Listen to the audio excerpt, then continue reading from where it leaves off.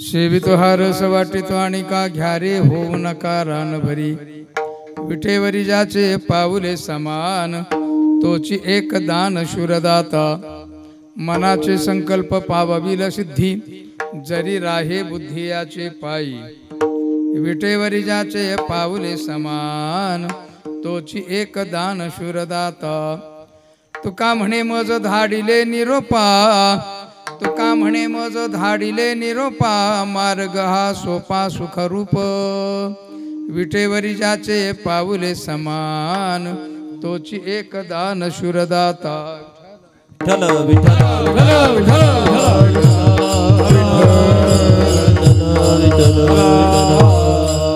महायोग पीठे तटे भीमरथ्यां वरं पुंडरीकाय दातुं मुनीन्द्रैः. समागत्य तिष्ठन्तमानन्दकन्दं परब्रह्मलिङ्गं भजे पाण्डुरङ्गं. पांडुरंगा करू प्रथम नमन. पांडुरंगा करू प्रथम नमन. पांडुरंगा करू प्रथम नमन. करू प्रथम नमन. सरे चरणा संताची. सरे चरण संताची. सरे चरण संताची. त्यांच्या कृपा जाणे कथेचा विस्तार. त्यांच्या कृपा जाणे कथेचा विस्तार. बाबाजी सद्गुरुदास तुका.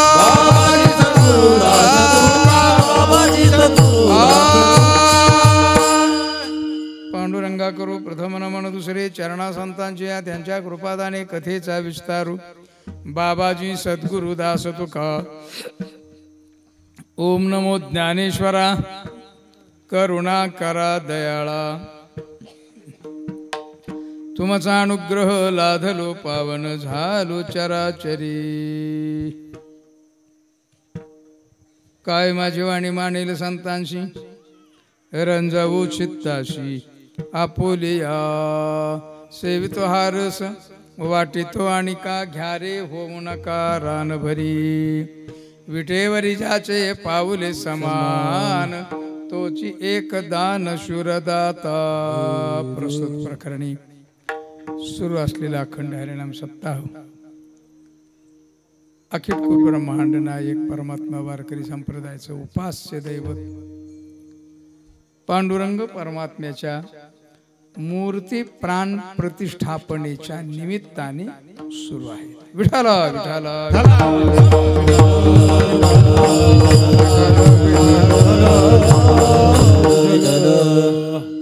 अखिलकूट ब्रह्मांड नायक परमात्मा ज्या दिवशी या ठिकाणी हरिभक्तपरायण परमपूजनीय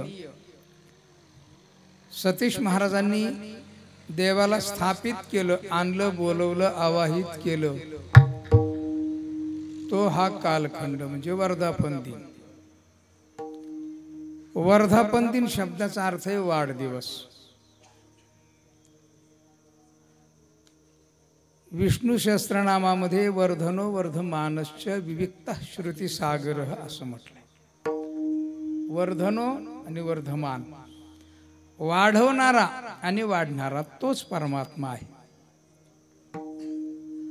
संपूर्ण जगताची जर विशेषता बघितली ना तर विष्णू सहस्त्रनामामध्येच एक शब्द प्रयोग केला भीष्माचार्याने, सुतंतुस्तंतु वर्धन. सुतंतु तंतुवर्धन. मुक्ताबाई महाराजांनी ज्ञानोबारांना उपदेश करताना, ज्ञानोबारांचा क्रोध घालवण्याकरता, उपदेश करण्याकरता जी शब्द प्रणाली निर्माण केली त्याच्यात प्रमुख शब्द प्रयोग केलेला आहे. विश्वपट, ब्रह्मदोरा, ताटी उघडा, ज्ञानेश्वरा. सुतंतुस्तंतुवर्धन. संपूर्ण जगत रूपी पटाचा ब्रह्म हा दोरा आहे आणि त्यामुळं या जगताचं वर्धन जाणं येणं वगैरे संपूर्ण प्रक्रिया त्यामुळे होत आहेत. विठ्ठल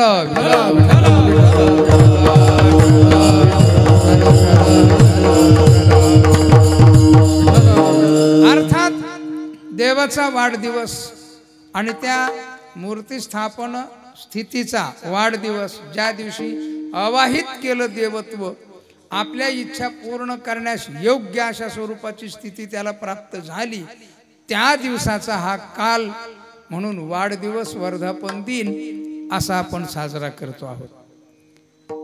हरिभक्तपरायण श्री महाराज समोर आहेत. संपूर्ण उत्तम अशा प्रकारचे गायक वादक. काय महाराजांनी चाल म्हणली, वारकरी चाल. तुम्ही कोणाकडे ह्या चाली शिकलात मला काय माहिती नाही. कोणाकडे शिकलात? हा मग आमच्याच माणसाकडे शिकलात. आमच्याच गुरुजींचे विद्यार्थी आहेत ते, माझे गुरुबंधू आहेत.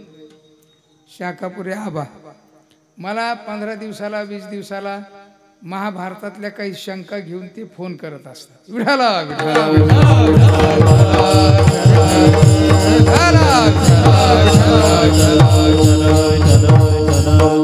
गोड अतिशय अशा प्रकारची चाल म्हणली आणि मालक सुद्धा अतिशय छान म्हटले बरं का. वा.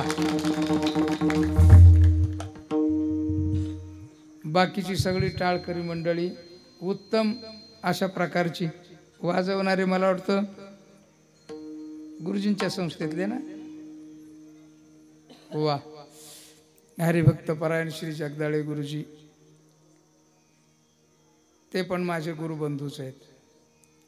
आणि सगळी सुज्ञ श्रोतेगण भगवत सेवेकरता घेतलेला अभंग श्री संत जगद्गुरु तुकोबारायांचा जवळपास 99% लोकांच्या पाठ असलेला अभंग आहे. विठाला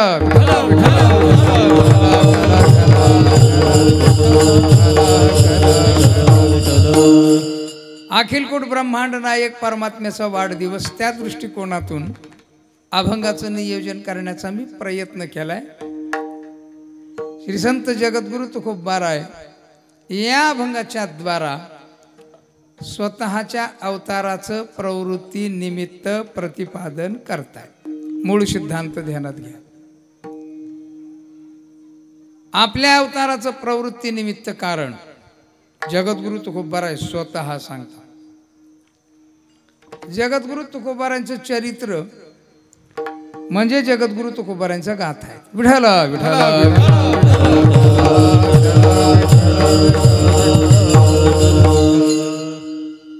कोणीतरी काही लिहायचं आणि मग ते वाचून आपण सांगायचं, अशी काही सरासरीना गरज महाराजांच्या चरित्रामध्ये राहत. महाराजांनी सगळं चरित्र स्वतः लिहिलेलं आहे. अत्यंत उत्तम. आरंभी कीर्तन करी एकादशी.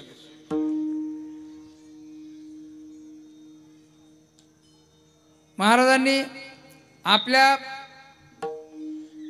प्रापंचिक म्हणजे भौतिक आणि आध्यात्मिक उत्क्रांती आणि अधोगती या दोन्हीचंही चिंतन अतिशय उत्तम असं गाथेमध्ये लिहिलेलं आहे. प्रपंचाची अधोगती आणि अध्यात्मातली उन्नती उत्क्रांती या दोन्ही गोष्टी महाराजांनी खूप सुंदर लिहिलेल्या आहेत. कुठपर्यंत लिहिल्यात? संपूर्ण जगत परब्रह्म स्वरूपाने प्रतीतीला यायला लागलं तिथपर्यंत संपूर्ण गोष्टी लिहिल्यात महाराजांनी. विठाला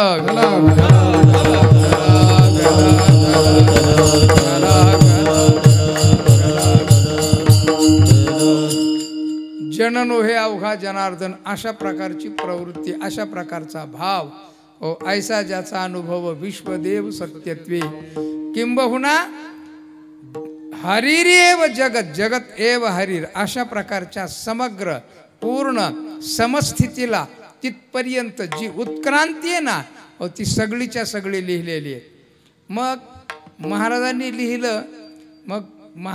लिहिलं याचा अर्थ महाराज अवतारी महापुरुष होते का नव्हते? तर होतेच, त्याच्यात काही विवाद नाही. पण महाराजांनी जे आपल्याला दिशादर्शकता दिली, तोच क्रम आपण आपल्या जीवनात आणावा आणि उत्क्रांती करून घ्यावी. विठाला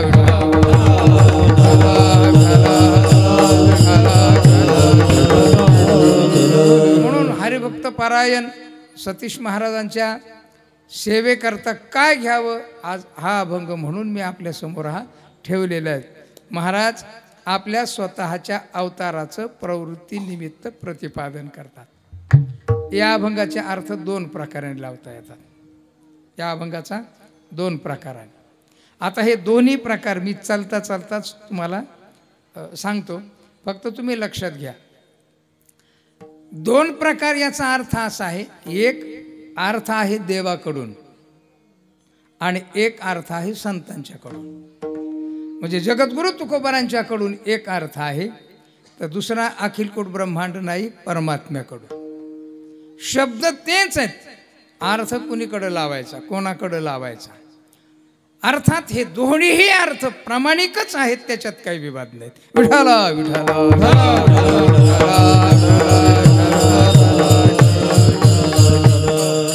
पहिली गोष्ट, जगद्गुरु तुकोबाराय स्वतःच्या अवताराचं प्रवृत्ती निमित्त प्रतिपादन करतायत. याचा अर्थ असा आहे की अखिलकोट ब्रह्मांड नायक परमात्मा या जगताच्या उद्धाराची साधना निर्माण करतो, करून देतो. म्हणून मग तो नियोजन करतो. काय नियोजन करतो? तर या जगताला दिशा देण्याकरता, शिकवण्याकरता, सांगण्याकरता काही संत लोक इथं पाठवतो. त्याच्यात 2-3 प्रकार पडतात. एक प्रकार आहे मानवी संत, दुसरा आहे देव संत आणि तिसरा अवतारी संत. विठ्ठल विठ्ठल.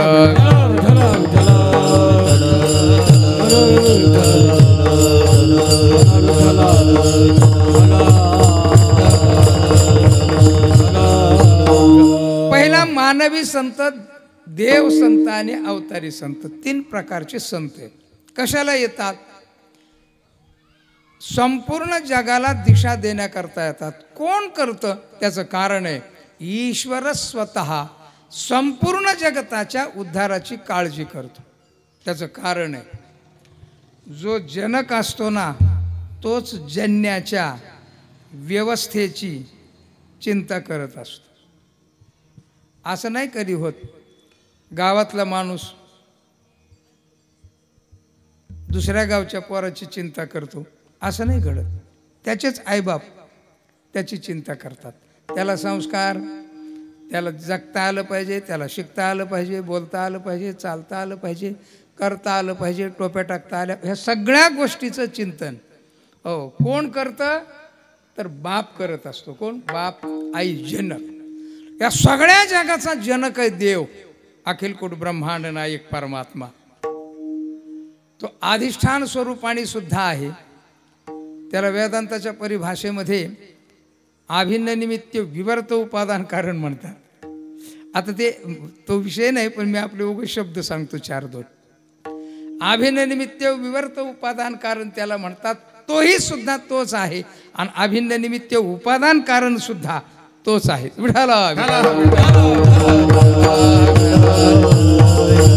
आणि जो अभिन्न निमित्त उपादान कारण आहे, इथं सुद्धा व्यवहारात आहे ना, निमित्त कारण आणि उपादान कारण. आई ही उपादान कारण आहे, पुरुष हा निमित्त कारण आहे.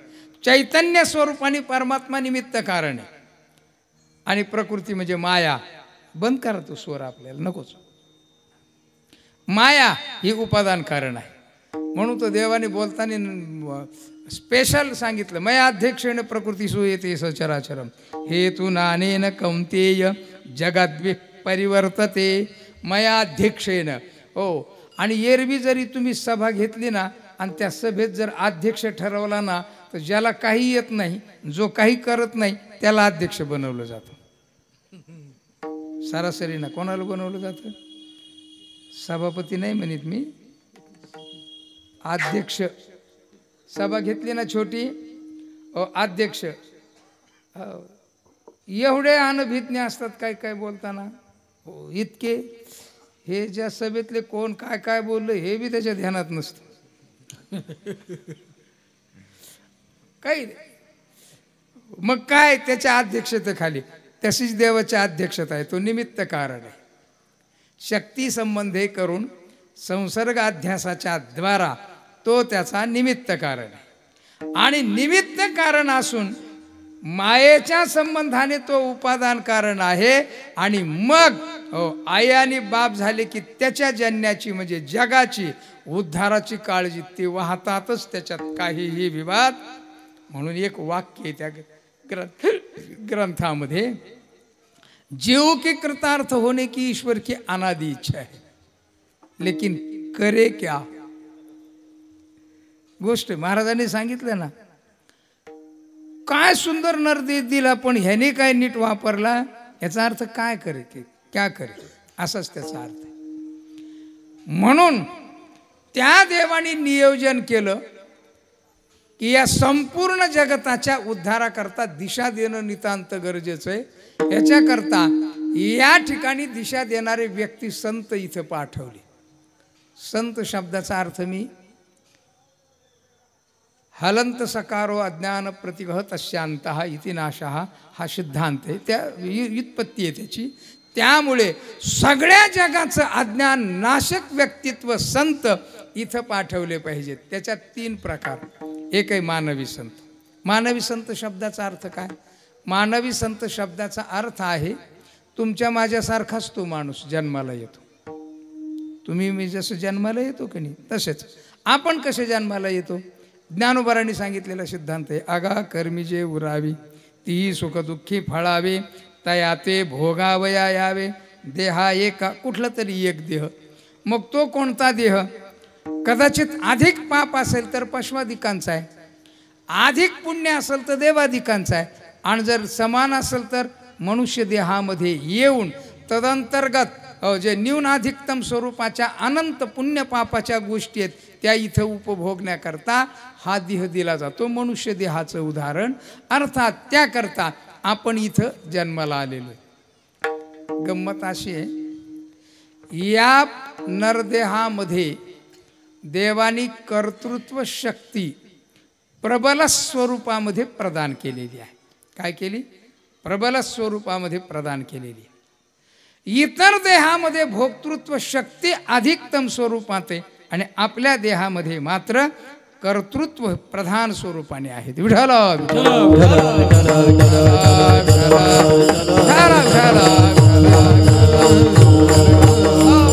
आपल्यासारखाच तोही जन्माला आलेला असतो, त्याच्यात काही विवाद नाही. मात्र त्याच्याकडे एक अलौकिक स्वरूपाचं पुण्य असतं.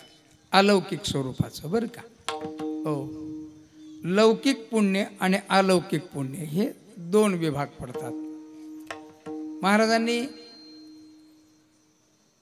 पुण्याची गणना कोण करी साधारण शब्द प्रयोग केलेला आहे. सामान्य. काय केलंय? सामान्य शब्द प्रयोग आहे. पुण्याची गणना अर्थ काय त्याचा? त्याचा अर्थ असा आहे की जे निष्काम स्वरूपाचं पुण्य आहे ना, त्याची गणना करता येत नसते. विठ्ठला विठ्ठला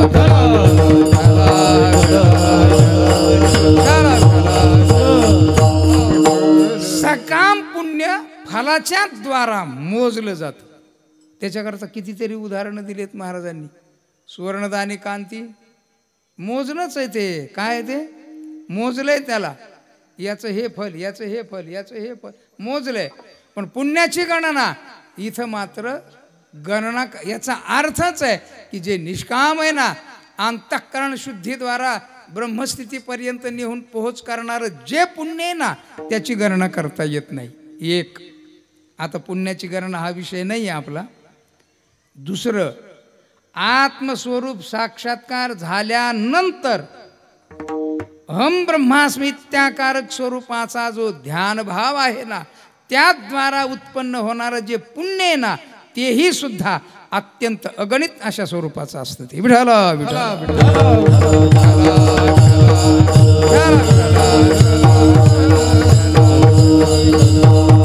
म्हणून तुमच्या माझ्यासारखाच जन्माला आलेला तो आगा कर्मी जे उरावे या पद्धतीनं. पण त्याच्याकडे एक अलौकिक पुण्य असतं. ते अलौकिक पुण्य कुठं नेतं तर आत्मसाक्षात्काराकडे नेण्याचं जे साधन आहेत ना संत, तिथपर्यंत नेऊन पोहोच करतो. श्री संत जगद्गुरु तुकोबाराय बोलतात, पुण्य फळले बहुता दिवस,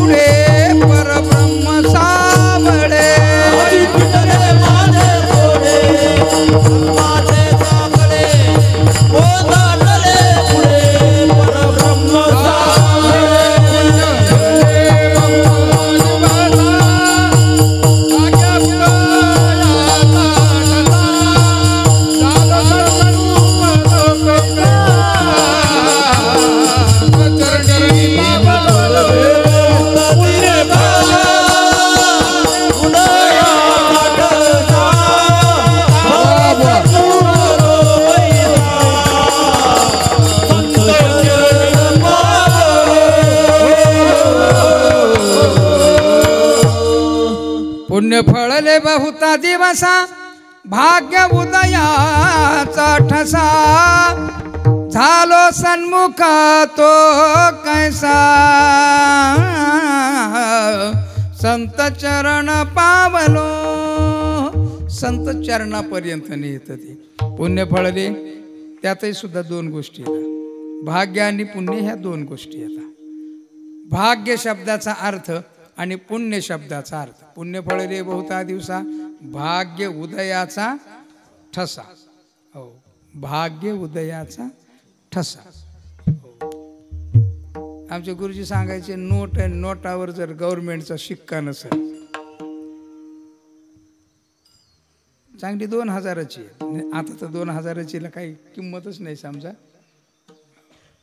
कारण सरकारनेच सरकारचं मुंडकं दाबलेलं आहे त्यामुळं त्याचा काही उपयोग होणार नाही समजा गंमत आहे ज्ञानोबाराने सांगताना किती सुंदर सांगितलं बा शिक्का असला आणि तो चमड्यावर असला तरी सुद्धा ते प्रामाणिक आहे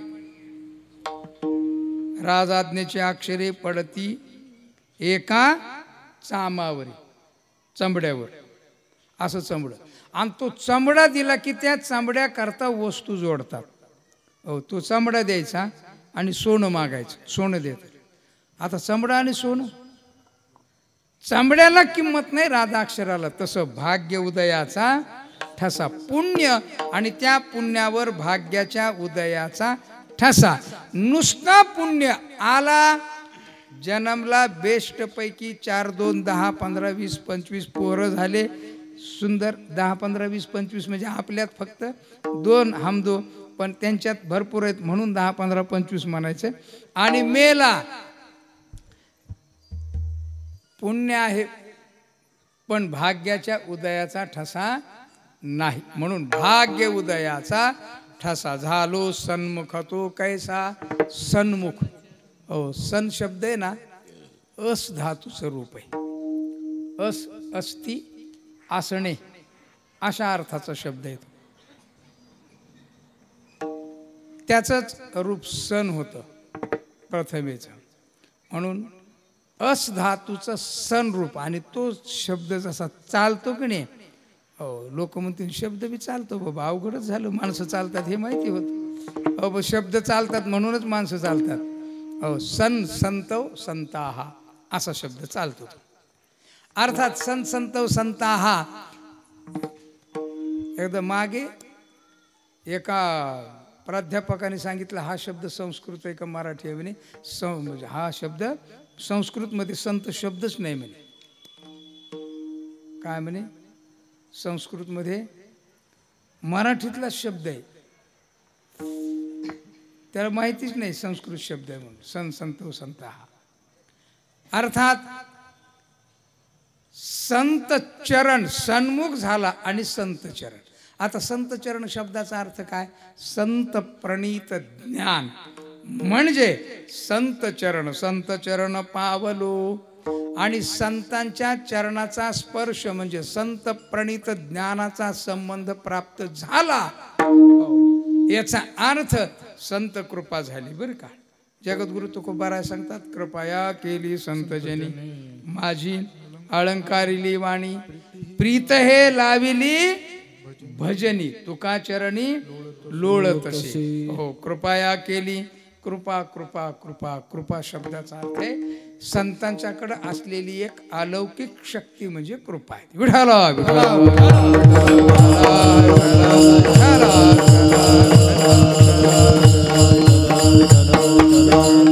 आमच्या गुरुजी लक्षणच करताना संताचं करायचे कृपार्णव अंतःकरण वृत्तीमध्ये पडलेलं चैतन्याचं स्पष्ट प्रतिबिंब म्हणजे संत विठाला विठाला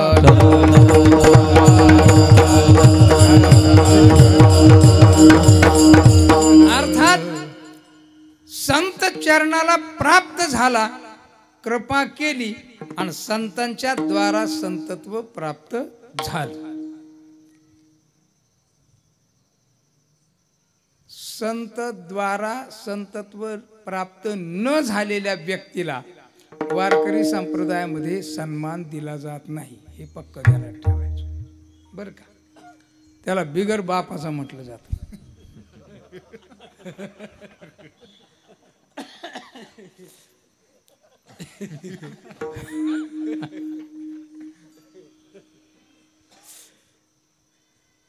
अर्थात संतांनी कृपा केली आणि संतत्व प्राप्त झाले.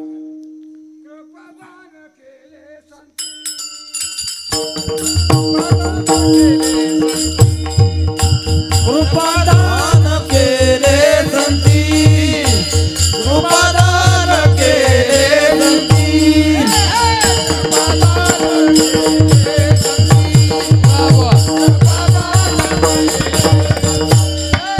कृपादान केले संती, कृपादान केले संती.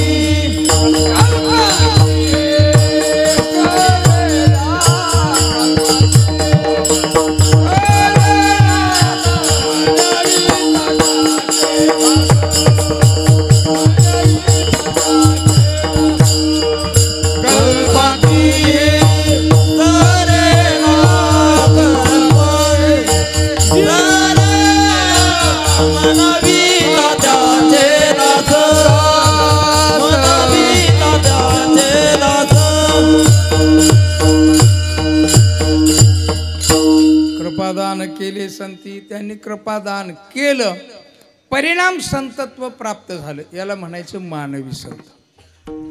संतांच्या द्वारा आपल्या पुण्याला ऊर्जित अवस्था प्राप्त होऊन संत संबंध प्राप्त होतो. आणि संतांच्याकडून असे उदाहरणं बरेच सांगता येतील आपल्याला.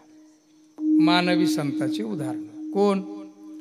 श्री संत निळोबाराय, श्री संत रामेश्वर भट्ट शास्त्री, श्री संत जोग महाराज, श्री संत दादा महाराज साखरे. हो, आता कोण संत आणि कोण संत नाही हे आपली श्रद्धा. तुंडा महाराज, कंदारकर महाराज, तुम्ही काय घ्यायचे ते घ्या, सगळे तुमच्या श्रद्धेचे विषय. हे सगळेच्या सगळे संत कृपेना संत झालेले, संतांच्या शब्दाचा अर्थ आपल्याला समजावून सांगतात. जगाच्या उद्धाराचं साधन हे संत आहेत. पहा बरं का, गंमत आहे.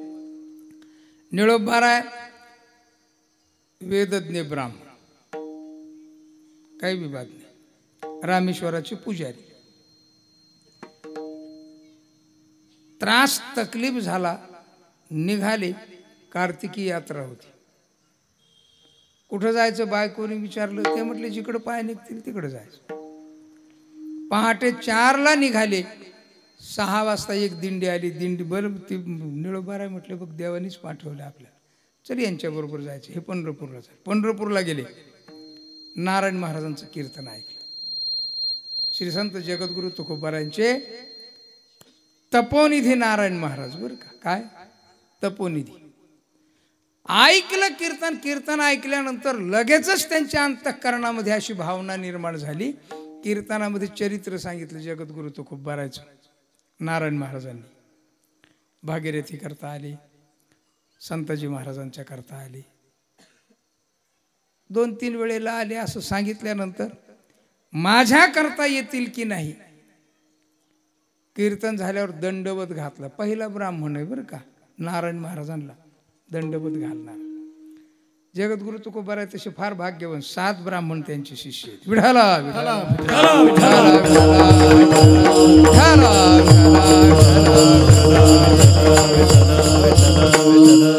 मला वाटतं ज्ञानोबारायला सुद्धा इतके ब्राह्मण शिष्य मिळाले नाहीत. एकाला तर जिवंत करावं लागलं तेव्हा तो शिष्य झाला. सच्चिदानंद बाबा आदरे त्याला जिवंत करून शिष्य केलं. नाही तर मग पहिला तो भेटला तर बिचारा रेडाच. नंतर रेड्याचा मालक आहे की नाही, रेडा बोलवला. रेडा बोलवला म्हणजे महाराजांनी जाणून बुजून बोलवलं बरं का. त्यांना सांगितलं ही तुमची लायकी आहे. विठाला विठाला विठाला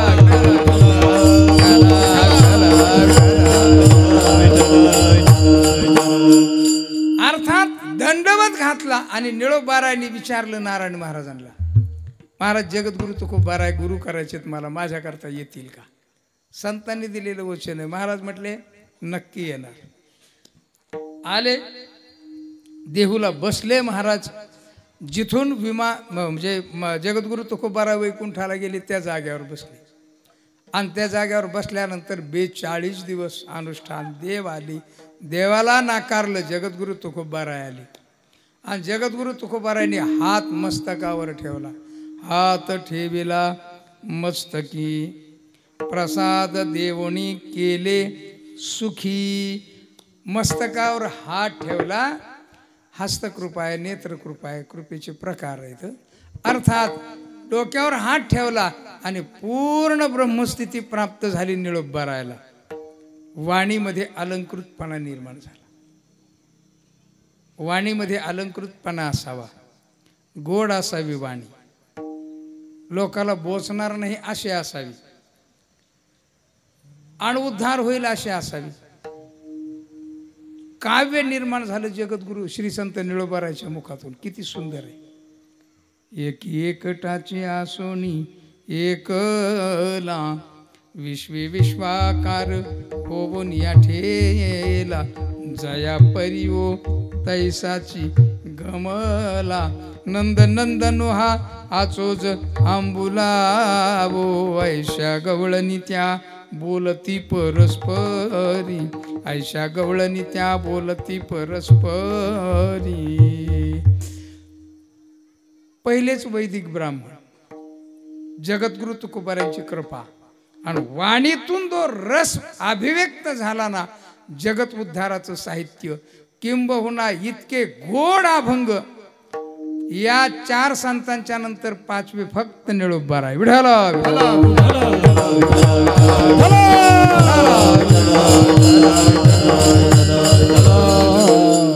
आताही लोक बरेचसे अभंग काव्य करायला लागलेत बरं का. हो, काही मंडळी फार काव्य करतात सुंदर. काय काय त्या काव्याला तोड नाही अगदी. आणि काय काय जण तर कविताच पाठ करायला लागलेत हल्ली. कीर्तनाला कविता जास्त लागतात. कीर्तनाचं भांडवल आहे ते, त्याच्याशिवाय कीर्तन रंगत नाही, आहे की नाही. कीर्तनातले सुद्धा रंगत नाहीत, कीर्तन रंगत नाहीत. त्यामुळं कविता पाठ करावं. मला बी आता पाठ करणार आहे मी थोड्या कविता. 17-18 हजार अभंग आहेत बरं का. अभंग किती आहेत आपले? 17-18 हजार. हा तेच म्हणतो मी, तरी सुद्धा तिकडं काय काय लोक तर अत्यंत आदराने नाव घेतात त्या कवीचं. चांगली गोष्ट आहे, त्यांचा आदर आहे. पण कविता कीर्तनात किती सुंदर. आणि काय हा प्रसंगाने एखादी म्हणावी, काय हरकत नाही आमची तक्रार म्हणून, पण कविताच स्पेशल बरोबर नाही. विढाला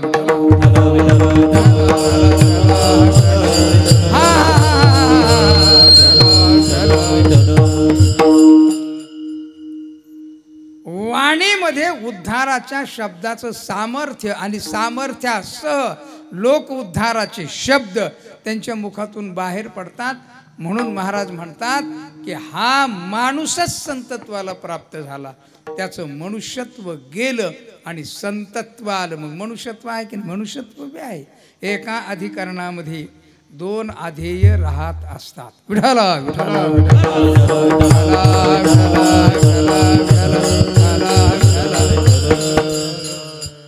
हा काही इथल्या लोकांचा विषय नाही, पण तरी सुद्धा एकाच अधिकरणात 2 अध्येय राहत असतात. उदाहरण सांगू का तुम्हाला? सकामत्व आणि निष्कामत्व ह्या 2 गोष्टी. सकामत्व तिथंच आणि निष्कामत्व तिथंच.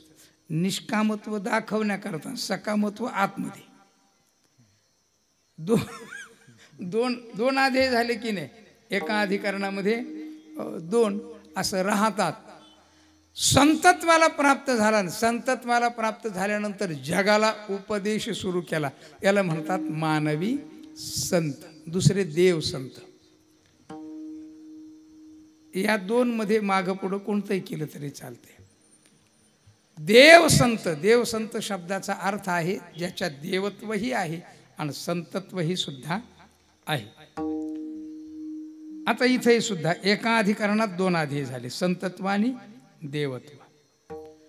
देवत्व आहे आणि संतत्व आहे. देवत्व आहे शब्दाचा अर्थ तो देवच अभिव्यक्त झालेला आहे. कृष्ण वंदे जगद्गुरु. परमात्मा कृष्ण स्वतः देव आहे, अखिलकोट ब्रह्मांड नायक परमात्मा तोच अभिव्यक्त झालेला आहे. आणि तो ज्या वेळेला अर्जुनाला घेऊन उपदेश करतो त्यावेळेला त्याला संत म्हटलं जातं. देवाने उपदेश केला नाही, देवाने शिव्या दिल्या. एक दोन पहिले काय केलं, शिव्या दिल्या. क्लॅब्य मास मग पार्थ नाही तत्पद्धती. हो, आणि हा ज्या वेळेला म्हटलं ना शिष्यस्ते हम, मग त्याला वाटलं याला ज्ञान सांगायला हरकत नाही तर अगोदर शिवाय वाशोच्चारण वशोच्चस्तम प्रज्ञावादंश भाससे गता असून अगता संशय. शहाणपणा मला शिकवतो का तू, असं त्याचा अर्थ आहे. गेलेल्या विषयी असलेल्या विषय जो शोक करूच नसतो त्याला पंडित म्हणतात. कीर्तन करतो तो पंडित नसतो.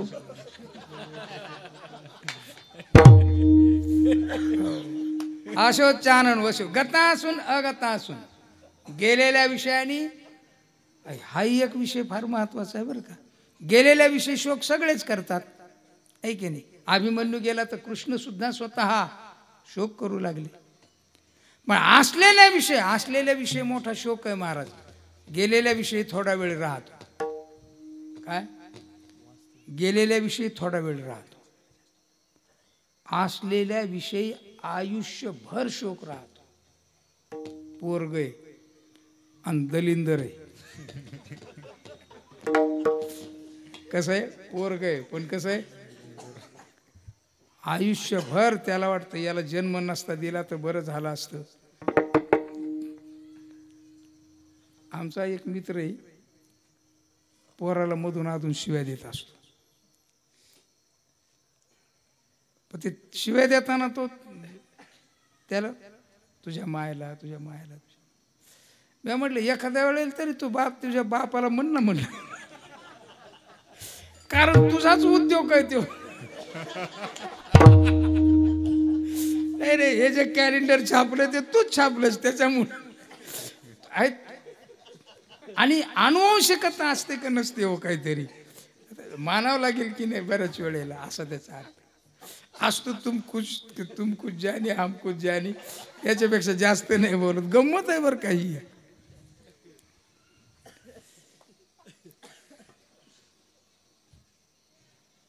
गेलेल्या विषयी ना असलेल्या विषय. पंडा शब्दाचा अर्थ आहे बुद्धी आणि ते आत्मविषयक होणं. आशोच्चारण शिवस्वस्तम हे बोलणं म्हणजे रागवणे, खवळणे. क्लैब्य शब्दाचा अर्थ नपुसकता. एवढं मोठं बोललंय देवानी. पण ज्या वेळेला अर्जुन म्हटला ना शिष्यस्ते हम, त्यावेळेला काय केलं त्यांनी, उपदेश. म्हणून देव कृष्ण परमात्मा त्याच्यामध्ये असलेलं गुरुत्व, संतत्व. देवते संत, देवते संत,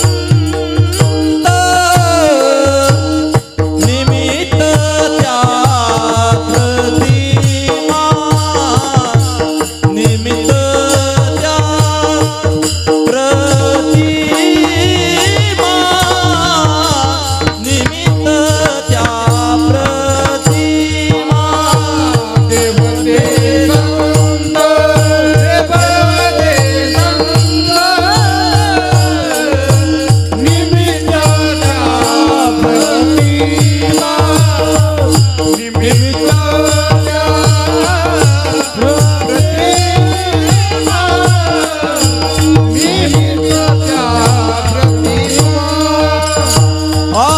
देवते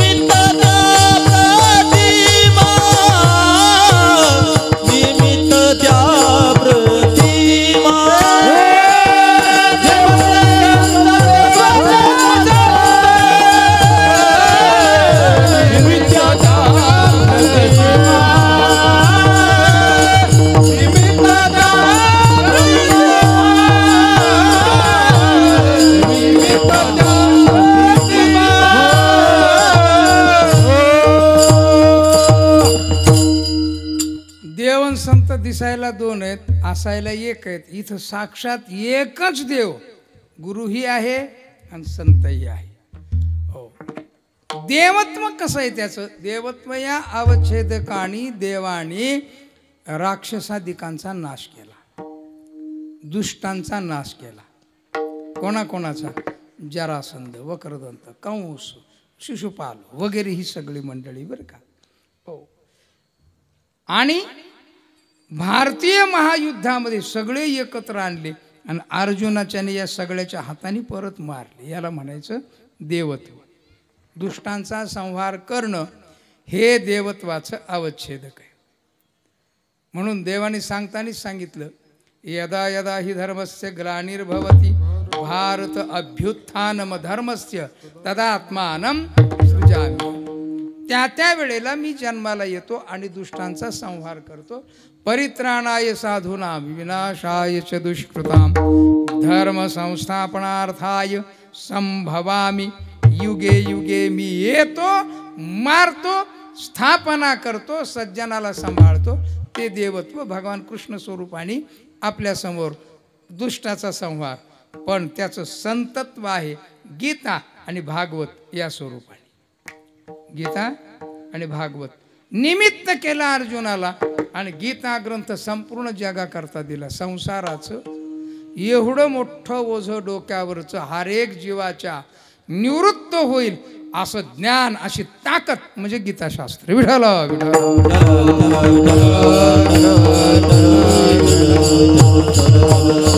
सगळ्या जगाला दिलं. अर्जुन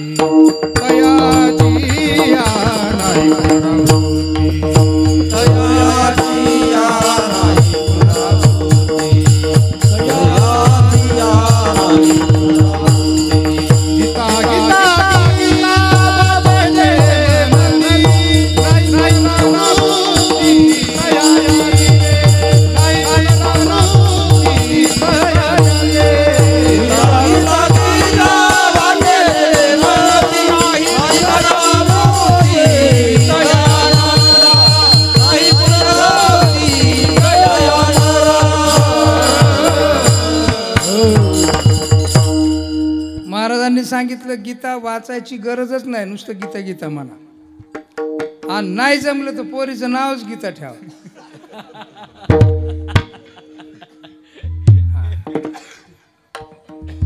तिची आई बी म्हणेन माय गीता आली, बाप बी म्हणेन माय गीता.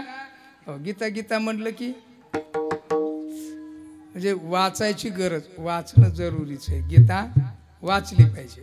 गीता सुगीता कर्तव्या शब्दाचा प्रयोग आहे. सुगीता शब्दाचा अर्थ शुद्ध स्वरूपामध्ये वाचन करावं. त्याचं कसं करावं?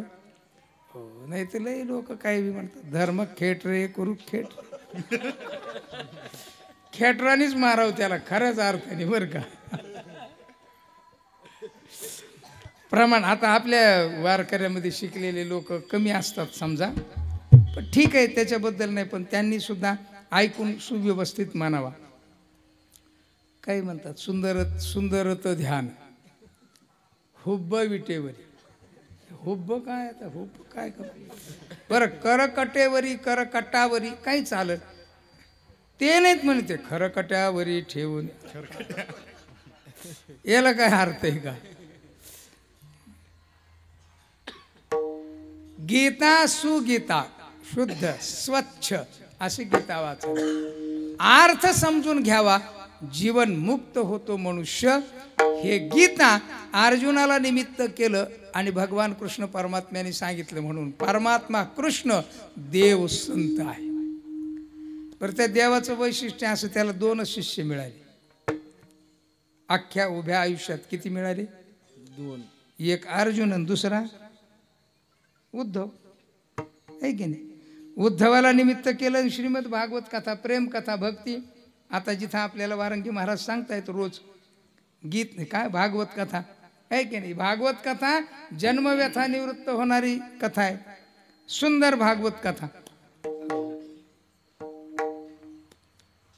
हल्ली आपल्या इथं महाराष्ट्रामध्ये बरेच भागवतकार अजिबात श्लोक म्हणत नाहीत, श्लोक म्हणत नाहीत भागवतातले. मी विचारले एक जणाला, श्लोक मग तुम्ही कोणी पाप करावं म्हटले ते? म्हटलं तसं काय ते म्हटले नाही, पण ज्ञानेश्वर महाराजांनी काय म्हटलं, माझा मराठाची बोल.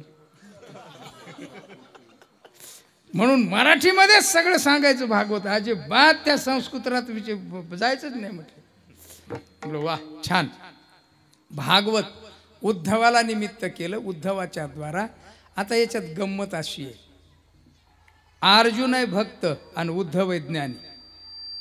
काय अर्जुन काय भक्त आहे, त्याचे केसही सुद्धा कृष्ण कृष्ण म्हणत होते, केसही कृष्ण कृष्ण म्हणायचे. अर्जुन झोपला ना, कृष्ण नामाचा उच्चार रोमा रोमातून व्हायचा, आपल्या थोबाडातून सुद्धा होत नाही. कृष्ण कृष्ण चिंतन. तो भक्त आहे, किती समर्पण भक्त आहे. हो, एवढा समर्पित भक्त आहे. महाराजांनी म्हटलं सखेपणे अर्जुन. हो, सख्य भक्तीचं सर्वोत्तम श्रेष्ठ उदाहरण म्हणजे अर्जुन आहे. तो भक्त आहे, अर्जुन भक्त आहे. आणि उद्धव हा ज्ञानी आहे, तो बृहस्पतीचा शिष्य होता. कोणाचा शिष्य? हो, असा काही नाही. हे जे 4 वाक्सूत्र आहेत का नाही, ऋणम कृत्वा घृतम पिबेत, ही त्यांची टिंगल आहे समजा, त्यांची वेदांती कोणीतरी पंडितांनी केलेली. पण हे जे तत्व आहे का नाही 4 वाक, हे 4 वाक सूत्र सुद्धा बृहस्पतीकडून आलेत असं सांगितलं. आता तो बृहस्पती इथं खालीच जन्माला आलेला होता का देवातला आहे ते सांगता येत नाही, कारण इथलेच बृहस्पती जास्त अवघड आहेत, काय करतील सांगता येत नाही. विठाला विठाला विठाला.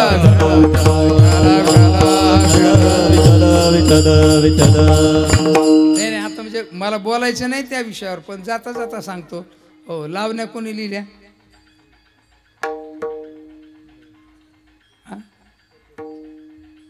कोणी लिहिल्या? बृहस्पती नसली.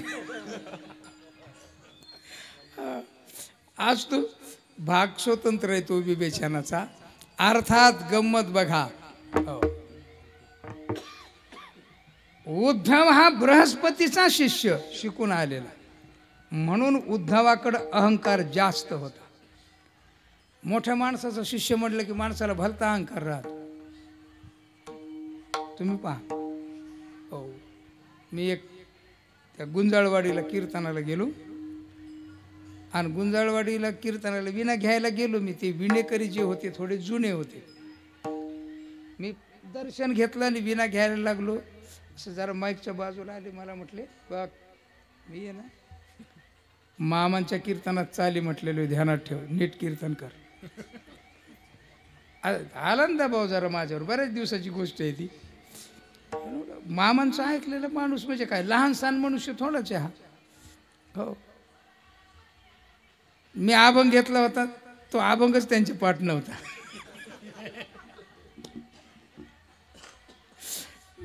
मी म्हटलं तुम्ही कोण्या अभंगावर ऐकलं मामाचं कीर्तन? मी अभंग सोपा घेतला होता, हरी हरी तुम्ही म्हणारे सकळ ते नाही माया जाळ. हो, तो एवढा सोपा अभंग पाठ नव्हता रे. मोठ्या माणसं शिष्य म्हटलं की जरा, बृहस्पतीचा शिष्य भलता अहंकार. कोणाला? उद्धवाला. त्याच्या अहंकाराच्या निवृत्ती करता त्याला राधेकडे पाठवलं. कथा आता येईल तुम्हाला, गोपीगीत वगैरे त्याच प्रसंगामध्ये आहे. आणि त्याच्या अहंकाराची निवृत्ती केली, आणि अहंकाराची निवृत्ती करून मग भागवत कथा त्याला सांगितली. काय केलं? अधिकारी झाला.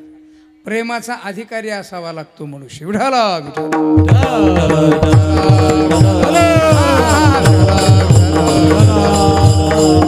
अर्थात उद्धव आणि अर्जुन हे 2च शिष्य देवाला मिळाले. नाही तर आपल्याकडं काय भलते पोर काय काय आहे की नाही, एक नाही धड भाराभर चिंध्या. चांगदेव महाराजांना 1400 शिष्य होते असं म्हणतात. 1400 शिष्य असलेल्या चांगदेव महाराजांचे 1400 शिष्य चांगदेव महाराजांना सुद्धा उपयोगाला आले नाही. जगाच्या उपयोगाचं तर सोडूनच द्या. देवाचे 2च शिष्य पण सगळ्या जगाला गीतेच्या रूपाने आणि भागवताच्या रूपाने उपयोगाला आले. म्हणून हा परमात्मा कृष्ण देव संत आहे. म्हणून देव संत जगाला उपदेश दिशा देण्याकरता स्वतः देव येतो. अखिलकूट ब्रह्मांड नायक परमात्मा कृष्ण वंदे जगद्गुरु हा देव संत. तिसरे अवतारी संत.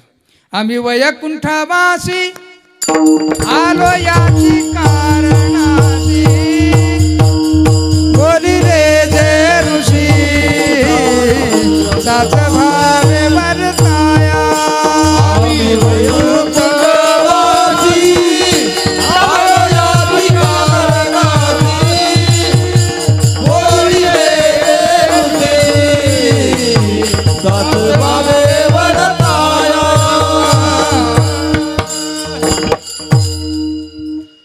आम्ही वैकुंठवासी आलो याची कारणाशी बोलिले जे ऋषी साच भावे वर्ताया. वैकुंठातून याला म्हणायचं अवतारी संत. जगद्गुरु तुकोबाराने देवाबरोबर करार केला आणि करार करून 42 वर्षाचा करार केला बरं का. आपल्यासारखा 82 वर्षाचा नाही केला. आपला 82चा आहे का 25चा आहे का 35चा काय सांगता येत नाही. पण जगद्गुरु तुकोबारा करार करून आले आणि आल्यानंतर संपूर्ण जगाला उपदेश करण्याकरता महाराज प्रवृत्त झाले. आम्ही वैकुंठवासी याला म्हणायचं अवतारी संत. आलो याची कारणाशी बोलिले जे ऋषी साच भावे वर्ताया. पुढे ऐका. झाडू संताचे मार्ग आड राणी भरले जोग उचिष्टाचा भाग शेष उरला तो सेवितो हरस वाटितो आणि सेवितो हरस वाटितो आणि का सेवितो हरस वाटितो आणि का सेवितो हरस वाटितो आणि का.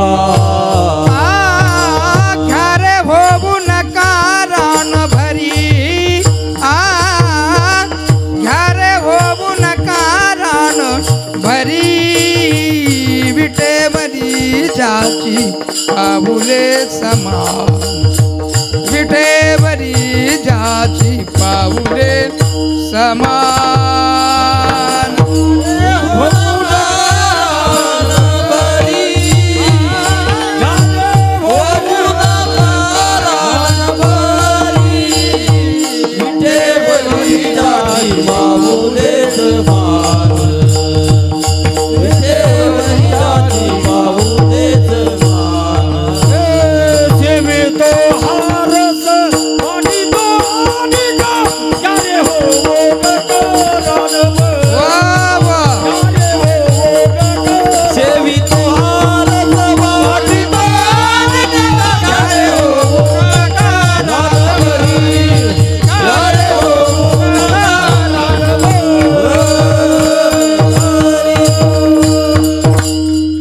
सेवितो हा रस वाटितो आणि का घ्यारे होऊ नका.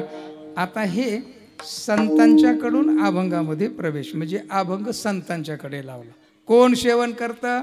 जगद्गुरु तुकोबारा म्हणतात. सेवितो हा रस आडराणी भरले जग उचिष्टाचा भाग शेष उरला तो शेवू. सेवितो हा रस वाटितो आणि का घ्यारे होऊ नका. रान भरी लोकांना आवाहन करतात जगद्गुरु तुकोबाराय. आता एक दुसरं जगद्गुरु तुकोबाराय म्हणतात तुका म्हणे मज धाडिले निरोपा. काय निरोप आहे? तो अखिलकोट ब्रह्मांड नायक परमात्मा श्री विठ्ठलच सेवितो हा रस. कोण? देवच रस सेवन करतो. आता जगद्गुरु तुकोबाराय देवाच्या प्रेम लक्षणात्मक वृत्तीच्या भक्तीच्या रसाचं सेवन करतात. हे बरोबर आहे. देव कोणता रस सेवन करतो? भक्ताच्या भक्तीचा रस तो सेवन करतो आणि तोच आनंद भक्तांना वाटतो. आणि जे घेत नाहीत ना संसारातले लोक त्यांनाही तोच परमात्मा आवाहित करतो. असा दुसरा अर्थ आहे. विठाला विठाला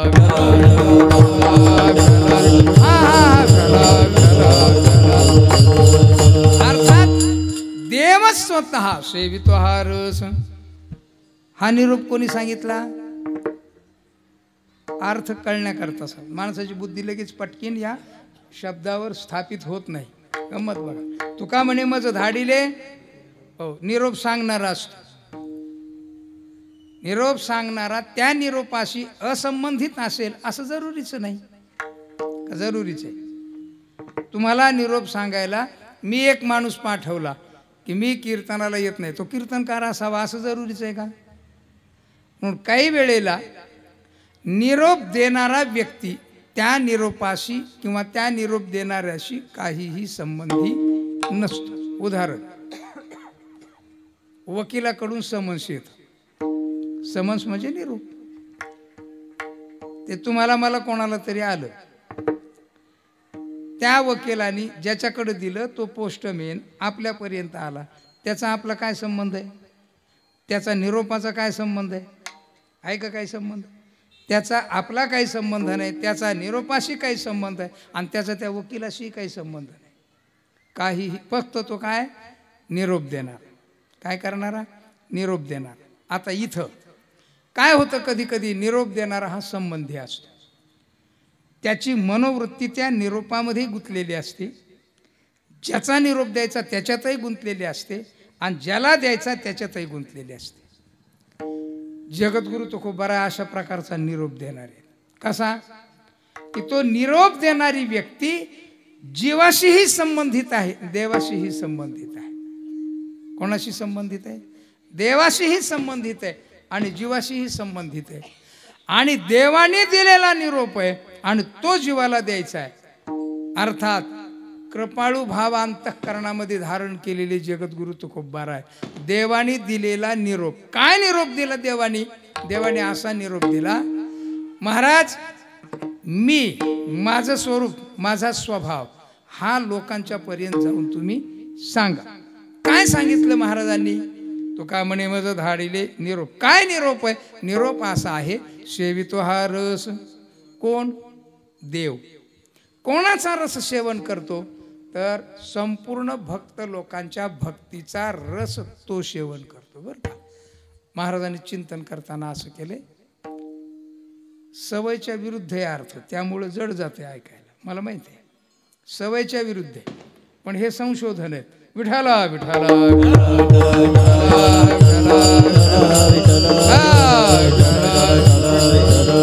महाराजांनी असं चिंतन केले. हो, साधा वया भक्ती काज. कोण कोण कोणाकरता बोलले महाराजांनी? हे देवाकरता बोलले. बरं का? हा अभंग कोणाकरता आहे? देवाकरता. देव भक्ती काज, भक्तीचं कार्य साध्य करण्याकरता लाज धरीत नाही. काय काय लाज न धरलेले उदाहरण आहेत कितीतरी आहेत. त्यापैकी चोखोबारायाच्या पत्नीचं बाळंतपण हे सर्वात कनिष्ठ दर्जाचं काम आहे की नाही? सर्वात. त्याही पेक्षा सगळा अभंग वाचा. उंच नीच काही नेणे भगवंत तिष्ठे भाव भक्ती देखून या. काय देखून या? तिष्ठे भक्ती. प्रेम लक्षणात्मक वृत्तीची भक्ती देखून या तिष्ठे. उंच नीच काही नेणे भगवंत तिष्ठे भाव भक्ती देखून या. हो, दासीपुत्र कन्या विदुराच्या. हो, बरं लोक म्हणतात दासीपुत्र कन्या. आता कोणच्या पोरी खाल्ल्या त्यांनी कोणाला माहिती? कन्या, दासीपुत्र कन्या विदुराच्या. कन्या वाढणारे लोक दोन, एक तुकाराम बुवा आणि एक विदुर काका, दोनच. आणि ह्या दोन माणसाच्या कन्या खायला त्याला 4-4 हात लागले. ही विशेषता आहे. दासीपुत्र कन्या विदुराच्या भक्षी दैत्या घरी रक्षी प्रल्हादाशी. प्रल्हादाचं रक्षण करीत होता याचा अर्थ त्याच्या भक्तीचा रस देव सेवन करत होता. विठाला विठाला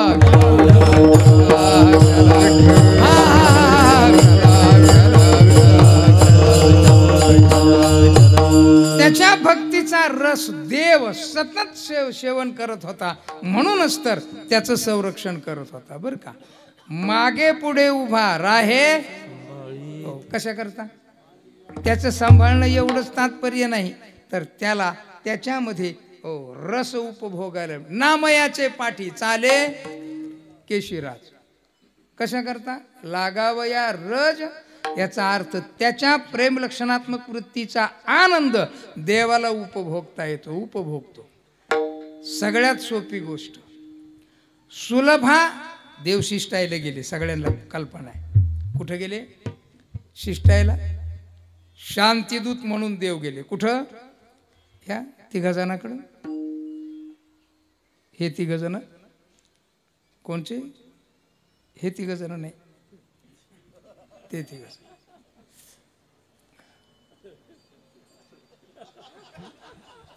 देव पांडवाकडून गेला होता ना. आता हे तिंडव आहेत.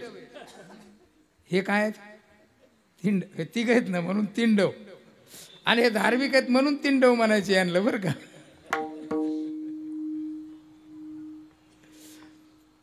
शिष्टायला गेले. शिष्टायला गेल्यानंतर शिष्टायच्या अगोदर यांनी नियोजन केलं होतं दुर्योधनाने जेवणाचं. कोणाचं अन्न खावं कोणाचं खाऊ नये, फार मोठं शास्त्र आहे. अन्न खावा कोणाचं, कोणाचं खाऊ नये, कसं खावं आणि कधी खावं. महाराज मंडळीला डायबिटीस होतो, त्याचं एकमेव कारण ते रात्री 12 वाजता जेवतात. बरं, स्वतःच जेवत नाहीत. कीर्तनाला गेल्यावर कधी आहे की नाही, कधी खावं, काय खावं, कोणाचं खावं, देवाने स्वीकारलं नाही. मी जेवायला येणार, मी जेवायला विदुर काकाकडे जाणार.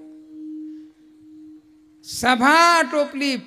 परमात्मा विदुराच्या दारात गेली, थाप मारली. थाप मारल्यानंतर सुलभा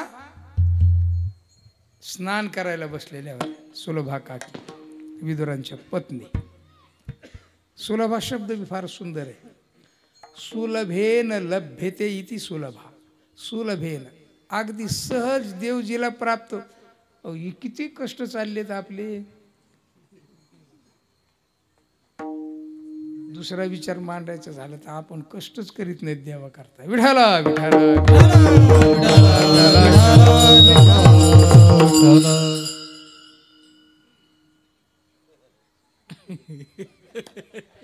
बोललो बर का बरंच मी. कष्ट. सुलभेन सहज देव प्राप्त होतो. थाप मारली, सुलभा आली. दरवाजा उघडला. अंगावरचे वस्त्र परमात्म्याला बघितल्यानंतर देहभान विवर्जित होऊन गेली. देवाला चौरंग टाकला तिने. चौरंग टाकता टाकता असा टाकायचा ना, असा टाकला उलटा. म्हणजे तिच्या दृष्टिकोनातून तो खरा उलटा. चौरंगाला 4 पाय असतात. 4 पुरुषार्थाचं प्रतीक आहे. त्याच्यामध्ये परमात्मा. म्हणजे ठीक आहे, तू खऱ्या अर्थाने अर्थ मला सांगितलास. मध्ये बसले देव 4 पुरुषार्थाच्या. हो,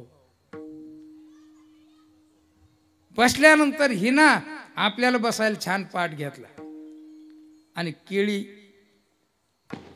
तिथंच शेजारी लावलेल्या केळी काढल्या. केळी आणि त्या केळी जे देवाला द्यायला लागली ती, हो, केळी नव्हती देत, सालपट देत होती. आणि गर ती खात होती. गर ती खात होती. आणि देव पण सालपट दिलं ना. तिनं इतक्या स्पीडनं केळी खाल्ल्या, तितक्या स्पीडच्या डबल स्पीडनं देवाने ती सालपट खाल्ली. सालपट देव खातोय. सुलभा देवाला सालपट देती आणि स्वतः गरगर खाती. आणि गंमत बघा, तेवढ्यात विदुर काका आली. दृश्य बघितलं, विदुर काकाच्या डोळ्याला पाणी आलं. काय भाग्यवान आहे, काय भाग्य हिचं. जगाचा नायक उलट्या चौरंगामध्ये बसलाय आणि ही छान बसून, अगदी कपडे सुद्धा नाही, देहभान विवर्जित अवस्थेमध्ये ती देवाला खाऊ घालते. याला म्हणतात खऱ्या अर्थाने निष्काम प्रेम. हे जे निष्काम प्रेम आहे ना, तो देव उपभोगत होता, खात होता. एकदम आवाज मारला. सुलभा देहभान परत देहावर आली आणि मग मात्र लाजली आणि निघून गेली आतमध्ये. आणि विदुर काका देवाबरोबर बोलायला लागले. देव म्हटले, काका फार घोटाळा केला तुम्ही, फार वाईट केलं. काय मी रस उपभोगत होतो सालपटामध्ये. हो, सालामध्ये ते कच्चे साल, नीट पिकलेले पण नाही, त्यावेळेला काही केमिकल नव्हतंच, पिकलेले नाहीत आणि असे साल तुम्ही खात. हो काका, एवढा आनंद मला लक्ष्मीने भोजन वाढल्यानंतर, रुक्मिणीने वाढल्यानंतर सुद्धा नाही. हो, जगातल्या कोणीच कुठल्याच प्रकारच्या पक्वान्नाने मला आनंद झाला नाही, इतका आनंद मी उपभोगला. सालपटात आनंद असतो का? सालपटात आनंद नसतो. देवाला सालपट समर्पण आहे. फलकट तो संसार देवाला दिला आणि इतक्या समर्पण बुद्धीना दिलेले सालपट देव आनंद उपभोगत होते. भक्ताच्या प्रेमाचा रस देव उपभोगतो. विठाला विठाला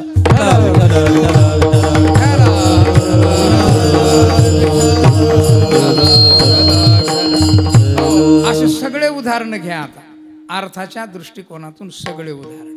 हो, गोपिकांचं उदाहरण श्रेष्ठ उदाहरण आहे सर्वात. प्रेम लक्षणात्मक भाव म्हणून तर त्या नारद महर्षींनी जाणून बुजून उदाहरणच दिलं सूत्र सिद्धी करता. सात्वास्मिन परमप्रेम हे सूत्र आहे की नाही, याच्या सिद्धी करता उदाहरण पाहिजे होतं. कारण उदाहरणाशिवाय कुठल्याही सूत्राची सिद्धी होत नसते. नियम आहे असा. सिद्धांत सांगितला आणि योग्य दृष्टांत जर नसेल, काय योग्य दृष्टांत, दृष्टांत चुकीचा आहे असं कोणी म्हणायचं नाही. दृष्टांत हा योग्य वाटत नाही असं म्हणायचं, चुकीचा आहे म्हणायचं. दृष्टांत चुकीचा नसतो, लक्षात येत नसतो. म्हणून योग्य दृष्टांताशिवाय अर्थ पूर्ण होणार नाही. म्हणूनच तर नारद महर्षी महाराजांची नजर गेली. यथा व्रज गोपिका नाम, गोपिकांच्या प्रेमाचा रस अखिल कोट. अहो एवढं एवढं ताक, अर्धा कप ताक. किती? कृष्णा तुला नाचता चांगलं येते रे, नाचतोस का? अर्धा कप ताक देते. किती? सगळ्या जगाला नाचवणारा अर्ध्या कप ताकावर नाचतो. याचा अर्थ तो भक्ताच्या प्रेमाचा रस सेवन करतो. सेवितो हा रस. हा म्हणजे प्रेम लक्षणात्मक. दोघे इदंतु सन्निकृष्ट, दोघेही समोर, भक्तही आणि देवही. आणि त्या भक्ताच्या रसाचा आनंद देव लुटतो. तुका म्हणे मज धाडिले हा निरोप देण्याकरता महाराज म्हणतात, हो सेवितो हा रस वाटितो आणि का. हो वाटितो आणि का, कोणाकोणाला वाटतो तिथलंच उदाहरण. उद्धवाला भक्तीचा आनंद, गोपिकांचं जीवन आणि वृंदावनातला भाव अजिबात ज्ञात नव्हता. यशोदा मातेनं जेवायला वाढावं. समोर छानपैकी ताट, पाट, सुंदर अशा प्रकारची रांगोळी. मैया समोर बसलेली आणि तिना हो जेवू घालायला तेवढ्यात त्या वाटीमध्ये दिसावं लोणी. आणि लोणी दिसलं की देवाने रडायला सुरुवात केली. यशोदा मातेला पहिल्यांदा लक्षातच नाही आलं, हा कृष्ण रडतो का माझा? जेवायला बसलं की रडतो का? जेवायला बसलं की रडतो का? एक दिवशी लोणी नव्हतं, देव तृप्त झाले जेवताना. यशोदा मातेच्या लक्षात आलं, लोणी पाहिलं की याला का? त्याचं कारण आहे. लोणी बघितलं की मृदुचित्त समाज असलेल्या ज्या गोपी, त्या गोपिकांच्या प्रेमाची आठवण. म्हणून आता जेवण नाही तर फक्त डोळ्यातून आसू येतात. रडायला लागला देव. लोणी ताटात वाढलेले, रडायला लागला देव. रडायला लागलेल्या देवाकडं हो समजून सांगण्याकरता यशोदा मातेनं प्रयत्न केला. तेवढ्यात उद्धव आला. उद्धव आल्यानंतर उद्धवाला सांगितलं, अरे उद्धवा बघ ना, जेवेना रडायला लागला. म्हणे लोणी बघितलं की वृंदावनातल्या गोकुळातल्या गोपिकांचं मला आठवण होती. आणि त्या आठवणीमध्ये विरहामध्ये हा रडतोय. उद्धवाने सांगायला सुरुवात केली, कृष्ण तुझं देव आहे म्हणतात. उद्धवाची भाषा आहे बरं का, काय म्हणतो, तू तर देव आहे म्हणतात. अरे यत्किंचित त्या गोपिकांच्या करता तू रडतो, शोभतंय का तुला? तुला माहित आहे का सिद्धांत वेदाचा, ब्रह्मसत्य जगन्मिथ्या जीव ब्रह्मयोग, याला म्हणतात अहंकार बरं का. ब्रह्मसत्य तुला माहित आहे का? अरे हे जगतच नाहीये, तू रडतो कशा करता, कोणा करता? आणि त्या बावळट गोपिका, त्यांना काय अक्कल आहे रे? आणि त्यांची आठवण करून तुझ्यासारखा माणूस एवढा हुशार, कंसाला मारलंस, एवढा मोठा सुंदर, एवढा चांगला माणूस, हो काय एवढा चांगला देव, रडतो तू. देव म्हटले आता याला वाटितो आणि का याला आता हो राधिकेची शक्ती, राधिकेचं प्रेम याला उपभोगायला दिलं पाहिजे. त्याला सांगितलं आता मला तर काही जाता येत नाही, पण तू माझा निरोप घेऊन जा. निरोप घेऊन गेला, भक्तिमय होऊन आला. आणि मग प्रेम लक्षणात्मक वृत्तीचा काय आनंद असतो तो उद्धवाला वाटितो. आणि का एक उदाहरण खूप झालं, लय उदाहरण देण्याची काही गरज नाही. वाटितो आणि का, आणि हे जे त्या काळामध्ये कंसादिक वगैरे सगळे होते त्यांना सुद्धा घ्या रे होऊ नका, आता पण घ्या रे होऊ नका, विटेवरी उभा घ्या रे होऊ नका, रान भरी है की नाही, घ्या रे होऊ नका, घ्या रान. आता हे रान भरी होणं म्हणजे नेमकं काय? रान भरी, हव भरी, आडरान, जंगल, हे सगळेच्या सगळे शब्द संसाराकरता प्रयुक्त आहेत बरं का. कशा करता? संसाराला काय म्हटले? आडरान, जंगल बरं का. ते दिसायला दिसतं सुंदर, पण आत गेल्यानंतर अंग वरबडून निघतं. त्याला म्हणायचं काय म्हणायचं? त्याला संसार आहे की नाही. जो तो विषयाची मोठ झाडी, लय प्रमाणे सांगत नाही, माझी काम क्रोधाची आहे की नाही. जंगल, बरं जंगल इतकं सुंदर दिसतंय ना, आकर्षितच होतं माणूस. काय होतं?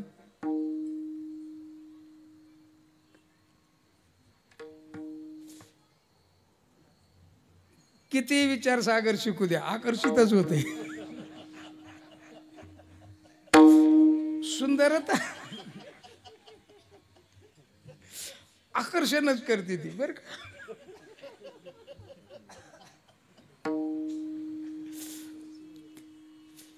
ते दिसायला सुंदर असतं, असायला सुंदर नसतं, पण तरी सुद्धा ते आकर्षित करतं. आणि जातो ना त्याच्यात, काय जातो त्याच्यात, आत घुसतो ना, अंगवर पडतो आहे की नाही. देवाला माहिती आहेत हे सगळे लोक कशा करता निघाले त्याच्यात, कशा करता? रसा करता. अभंगातला शब्दप्रयोग रसा करता निघालेत सगळे. आणि रसा करता निघालेत ना, मग यांना सांगावं आपण, घ्या रे होऊ नका. तुम्ही रसा करता तिथं चाललात, पण जिथं तुम्ही चाललात तिथं तो कारखाना रस देणारा नाही तर रस काढून घेणार आहे. काय करणार आहे? रस काढून घेण्याच्या जाग्यावर रसाच्या अपेक्षेने गेला. हो, रस शब्दाचा अर्थ सुख. एकदा मी असं कीर्तन होतं, 100-200 लोक होते कीर्तनाला, 100-150 असतील. थंडीचे दिवस असेच होते, पण भयंकर थंडी होती त्या दिवशी. मी पण डबल स्वेटर फिटर घालून कीर्तन करीत होतो. एक म्हातारा बसला होता माझ्या पुढं, 80-85-90चा असेल. मला आपल्या अशी कधी कधी विचारायची सवय. मी म्हटलं, बाबा सुखा करता संसार कशा करता करतो आपण? कशा करता करतो म्हणजे? मी म्हटलं कळलं नाही प्रश्न. हो म्हणजे नाही कळलं ना काय ते. कशा करता संसार करतो आपण? सुखा करता का दुःखा करता? म्हणजे दुःख मिळावं म्हणून का सुख मिळावं? त्याच्यात काय म्हटलं, सुख मिळावं म्हणून करतो. म्हटलं मग संसार सुखा करता केला, मिळालं की सुख? म्हटलं नाही मिळालं. मग का केला? झक मारली म्हटलं आमची आम्ही.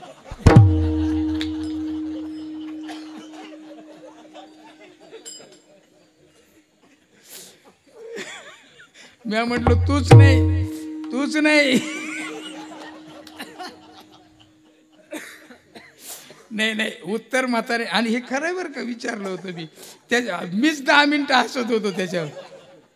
अरे म्हटलं खास उत्तर दिलं गड्या म्हातारे. खरंय का खोट आहे? अहो रस काढून घेणारा कारखाना आहे हा, रस देणारा नाहीये. बायको रस काढून घेते, पोरग रस काढून घेत, भाऊ रस काढतो. अहो गावातला सरपंच सुद्धा त्या माणसाचा रस काढतो, मतदान घेऊन आहे की नाही? काय काय रस काढून घेण्याच्या कारखाना. गेलाय कशाला? रसा करता गेलाय. कुठं ते तुम्ही ऐकलं की नाही? ते नाथ महाराजांचं ती ओबी नाही माझ्या ध्यानात येत. एक ऊस आला म्हणे, पळत पळत आला आपल्या पाटोद्याच्या एस टी स्टँडवर. नवनाथ रसगृहग्रह आहे ना तिथं. हो, तिथं पळत पळत आला आणि त्या रसवंती ग्रहावाल्याला सांगितलं त्याने, मला आहे ना टम फुगायचंय. म्हटला घाल मला याच्यात. तो म्हणला अरे याच्यात घातल्यावर नाही नाही म्हणला, तुला काय करायचं मी सांगतो, घाल याच्यात मला, मी टम फुगून निघन. आता त्याला तेच पाहिजे होतं. त्याने घेतलं, त्याला इकडून घातलं, पलीकडून येऊसर पलीकडून गेला, लगेच डबल 6 वेळेला घातलं. 6 किती वेळेला झाला ना चौथा. काय झाला? काय कळलं कळलं कळलं.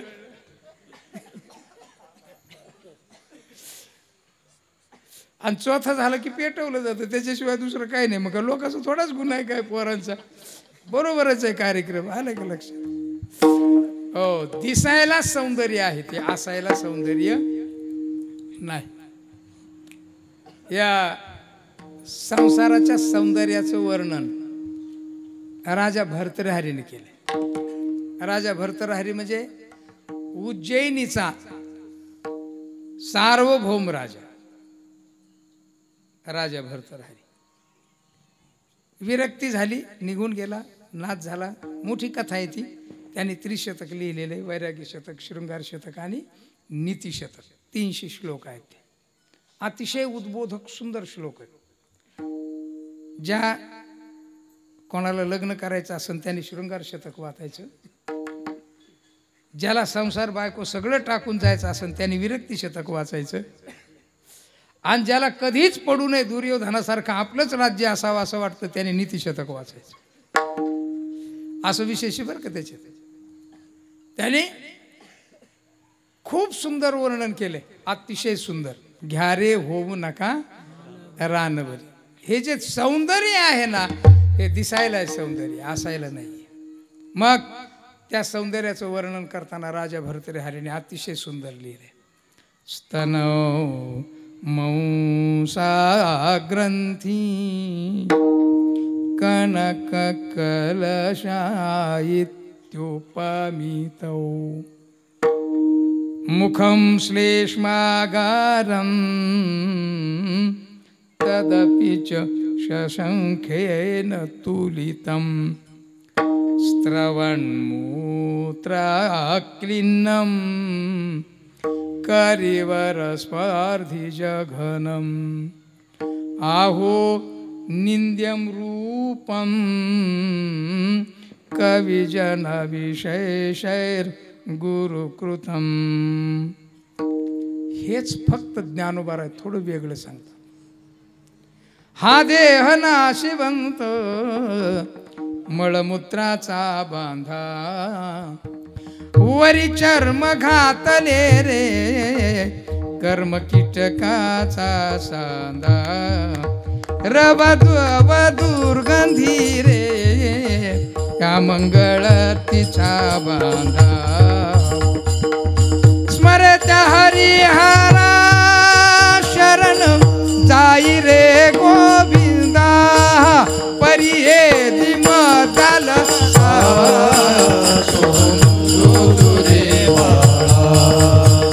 परी हे दिमताल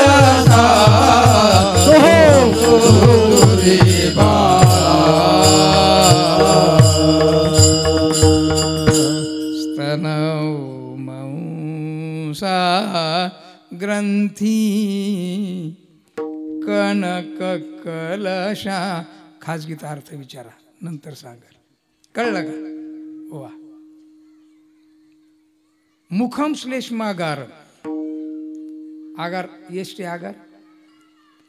इथं काय श्लेष्म आगार. श्लेष्म शब्दाचा अर्थ शेंबूड. काय श्लेष्म म्हणजे काय? बरं, कोणाच्या नाकात शेंबूड नाही? किती सुंदर बाई असू द्या आणि तिच्या मुखाला तुम्ही चंद्राची उपमा द्या आणि तिच्या नाकात शेंबूड नाही असं सांगा, 10 लाख रुपये आपली सप्रेम भेट बक्षीस. नाही नाही, चंद्रमुखी आहे ना ती. काय चंद्रमुखी, नंतर सूरजमुखी, नंतर ज्वालामुखी होतीच ती घरात आल्यावर. त्याच्यात काय विवाद नाही. हो, मी 8-10 दिवसापूर्वी एक प्रकरण मिटवलं. मारलं बायकोनी. मला म्हटलं ते तुम्ही आल्याशिवाय मिटत नाही, नाही तर मग मी घटस्फोट घेतो. म्हटलं तसं नका करू. कीर्तनकाराचे पण करता का?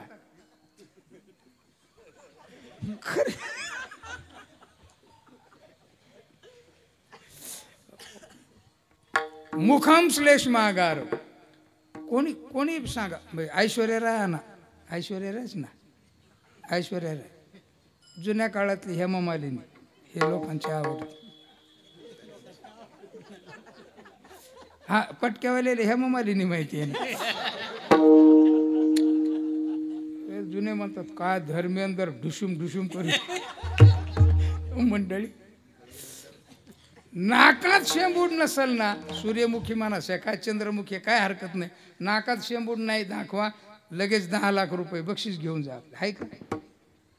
नाही नाही, तिच्या नाकातून काय बाहेर पडतात ते काय बताशे आहेत का? काय पडतं? संसाराचं स्वरूप आहे. काय संसाराचं स्वरूप? ही सुंदरता आहे. स्तनव मंसा मुखम मुखम श्लेष्मागारम तदपि च शशंखेन तुलितम. श्रवण मूत्र वगैरे. महाराजांनी हेच लिहिले ज्ञानोबारांनी. माता मदा, ज्ञानोबारांची आवडती माता मदाला आपल्या पुत्राला उपदेश करते. हा देह मळमूत्राचा बांधा वरी चर्म घातली रे. हे जर नसल ना तर टांगलेलं नाही, ह्याच्यात काही फरक नाही. टांगलेलं कळलं ना, गंमत आहे बघा. आणि मग या अशा संसाराच्या सुंदरतेच्या आडरानामध्ये घुसून काम क्रोधांच्या पशु हननामध्ये मृत्यूला प्राप्त व्हावं लागतं. महाराज सांगतात, घ्या रे होऊ नका, या रानभरी होऊ नका. देव बोलवतो, संतही बोलवतात. हे की नाही? पहिलं उभा दाता, पुढं काय? उभा उभी पालवी बोलवतो. पालवी बोलवतोय, घ्या रे होऊ नका. कटिकर ठेवून या, घाबरू नका, काळजी करू नका. एवढंच पाणी. मी आहे ना इथं. पहिलं उभा दाता, हो, उभा उभी, कटिकर ठेवून या, उभा उभी पालवी. पालवणे बोलवणे अशा अर्थातला शब्द. बोलवतोय, घ्या रे होऊ नका.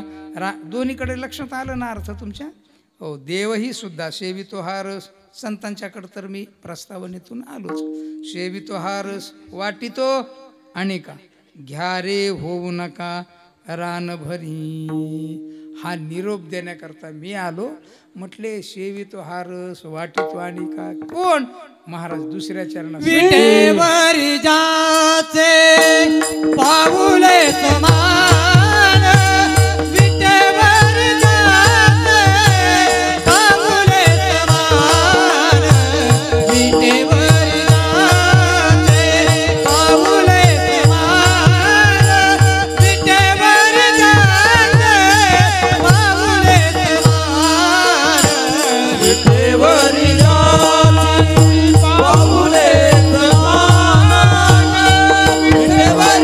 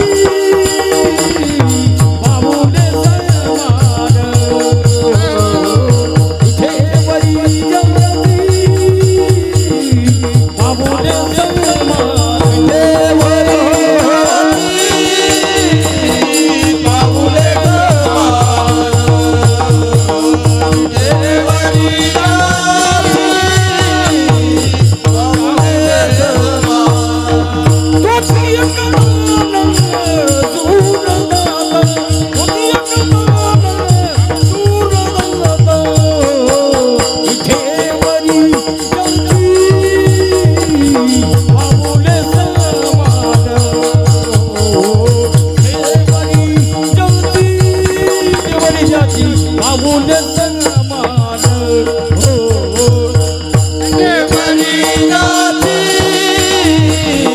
पाऊल समान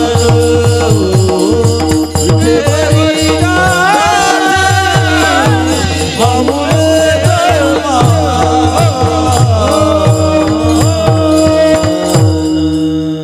काय निरोप सांगितला महाराजांनी? सेवितो हा रस वाटितो तो देव. कोण आहे? विटेवरी ज्याचे पाऊले समान, विटेवर पाऊले समान तोची एक दान आणि शूर, असे 4-5 पद या चरणामध्ये विचार करण्यासारखे आहेत. मनाचे संकल्प पावविल शुद्धी, पण जरी राहे बुद्धी याचे पायी. हा सगळा निरोप देण्याकरता तुका म्हणे मज धाडिले. धाडणे इज इक्वल टू पाठवणे अशा अर्थाचा शब्द आहे. धाडलं, हो काय, हो मार्ग हा सोपा असं देवानी सांगितलेलं आहे. भक्तिपंथ बहु सोपा, हो भक्तिर्योगे विशेष्यते. 12व्या अध्यायामध्ये खूप भक्तीचं चिंतन केलेलं आहे.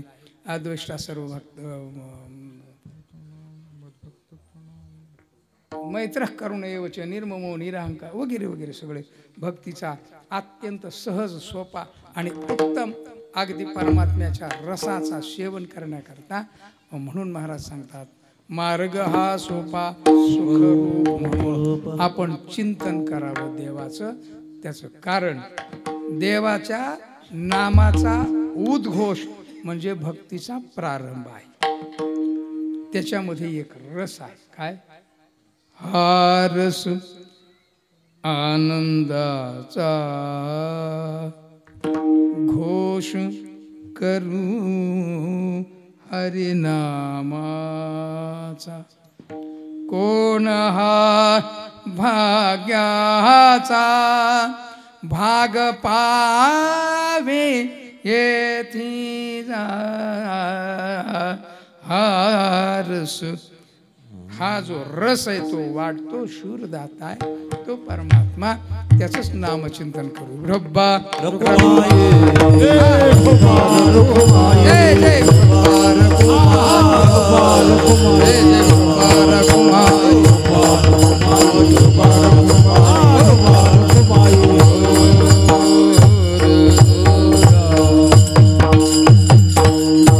वेळ होऊन गेलेली आहे. त्यामुळं लगेचच श्री संत ज्ञानोबारांचं चिंतन करायचं. अखिलकूट ब्रह्मांड नायक परमात्मा मूर्ती स्थापनेचा वाढदिवस हरिभक्त परायण परमपूजनीय सतीश महाराज. अतिशय अनुष्ठानी वृत्ती. हल्लीच्या काळात अनुष्ठान नियम धर्म तप हे करण्याकरता वेळ फार कमी आहे. ते नेवाशाच्या एका महाराजांचा व्हिडिओ आला होता. ते लय भारी बोलले, विनोदी पण आहेत ते, आणि ते लय भारी बोलले होते.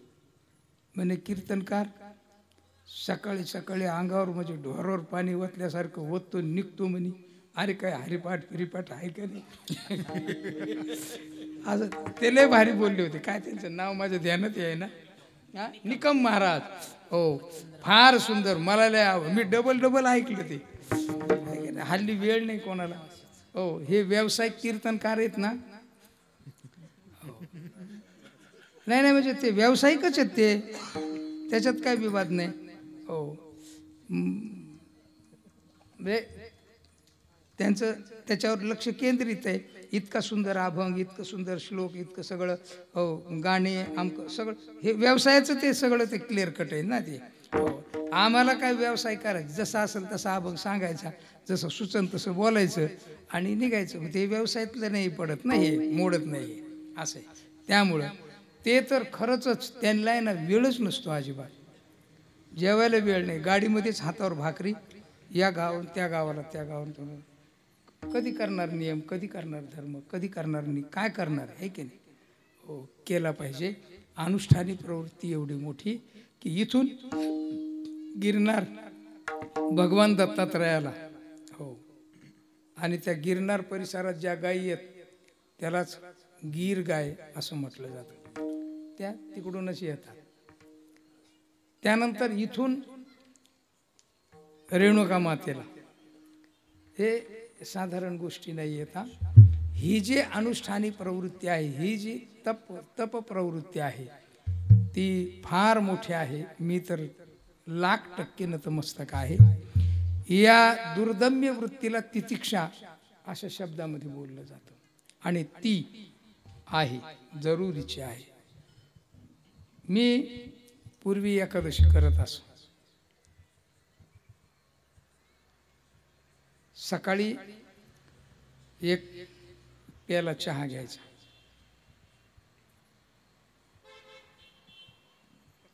आणि संध्याकाळी एक लवंग घ्यायची, पाणी एक तांब्या. पूर्वी म्हणजे तारुण्यातलं सांगतो मी, त्या अर्थाने बरं का, खरंच. नंतर फळं खायला लागलो मी, होय ना. फळांनी भागणं, नंतर साबुदाणा खायला लागलो. तो साबुदाण्याने त्रास व्हायला लागला, अनेक व्याधी. सामान्य गोष्ट नाहीये. एक एकादशी 15 दिवसा एक एकादशी आहे की नाही, कार्य न करीशी अवघड गोष्ट आहे ती सुद्धा. आणि हल्ली काही कीर्तनकारच एकादशी धरत नाहीत. सपशेल छानपैकी कीर्तन करून निघतात, कुठेतरी ढाब्यावर सुंदर जेवण करतात आणि लॉजला मुक्काम करून दुसऱ्या दिवशी घरी जातात. अशी परिस्थिती आहे. अनुष्ठान करणं किती अवघड गोष्ट आहे हे मला सांगायचं आहे. कठीण आहे. उपवास करून हे सगळं अत्यंत अवघड गोष्ट आहे. ही दुर्दम्य जी वृत्ती आहे ना, हिची तितिक्षा आहे, पराकोटीची तितिक्षा आहे. ही पराकोटीची तितिक्षा म्हणूनच तर काहीतरी उभं राहतं, काहीतरी येतं, काहीतरी दिसतं आणि त्याचाच परिणाम आहे. हा या हजारो लोकांच्यावर देवाला किती सुंदरता निर्माण झाली. पलीकडं भगवान दत्तात्रयाचं मंदिर, या सगळ्या गोष्टी, हे सगळे देवासारखे चेहरे इथं, हे सगळं त्या अनुष्ठानाचं फळ आहे. आणि हे जरुरीचं मला कीर्तन सेवेकरता 7-8-10 दिवसापूर्वीच फोन केला.